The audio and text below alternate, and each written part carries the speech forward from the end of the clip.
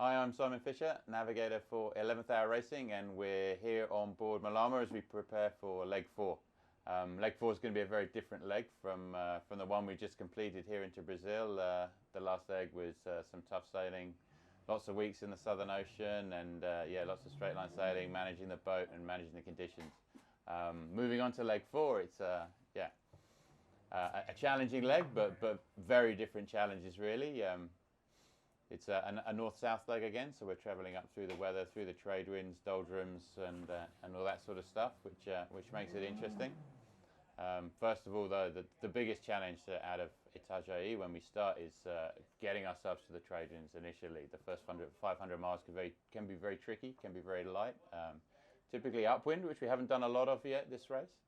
And it'll be all about trying to work our way up the coast, up towards Cabo Frio, and sort of east of Rio de Janeiro, and try and connect up with the southeasterly trade winds.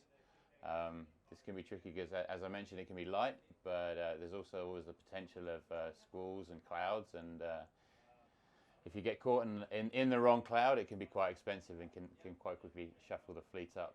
Once we're in the trade winds, it's an opportunity to start sailing fast. It should be good conditions. It should suit our boat, so we're looking forward to that. But from there, we're making our way up to the doldrums, around the Brazilian coast, sort of paying close attention to the angles in the trade winds, the sailing our fastest angles, getting around the coast, considering all the current and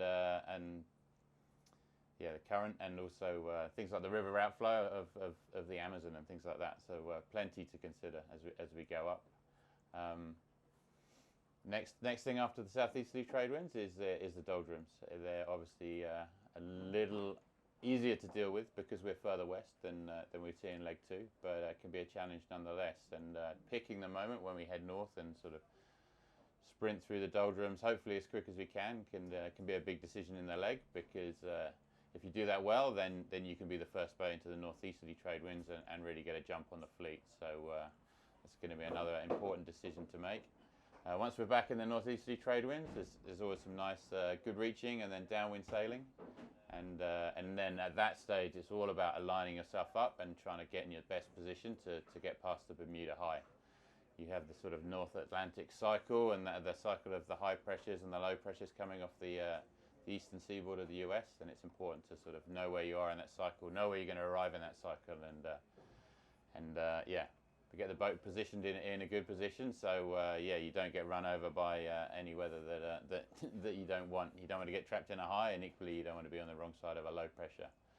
Beyond that, then the next big challenge is the Gulf Stream, and I'm thinking all the races I've done, the Gulf Stream has always been a big challenge. There's a lot of current there. There's also a lot of weather due to the warm water of the Gulf Stream, so we always have to be on our toes. We can expect plenty of thunderstorms, sometimes new low pressures forming, and often some quite exciting conditions. If it's the wind against the current, the sea state can be pretty bad as well. So definitely one to watch, and always one to get past. Once you do get past the Gulf Stream, though, it's generally the final sprint into Newport. We suddenly find ourselves in quite cold water when you're north of the Gulf Stream, which can also bring some much lighter wind. So it can actually be quite tricky into the finish.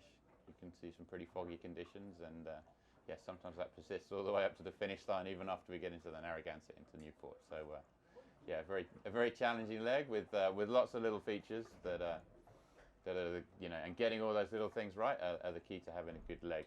Whereas it sort of felt like in the Southern Ocean leg, you're sort of painting with broad strokes, and it's about going fast and looking after the boat. This one's going to be all about the detail, making sure like hour to hour that we're putting the boat in the right position, so our short-term sailing is working out for our long-term plan.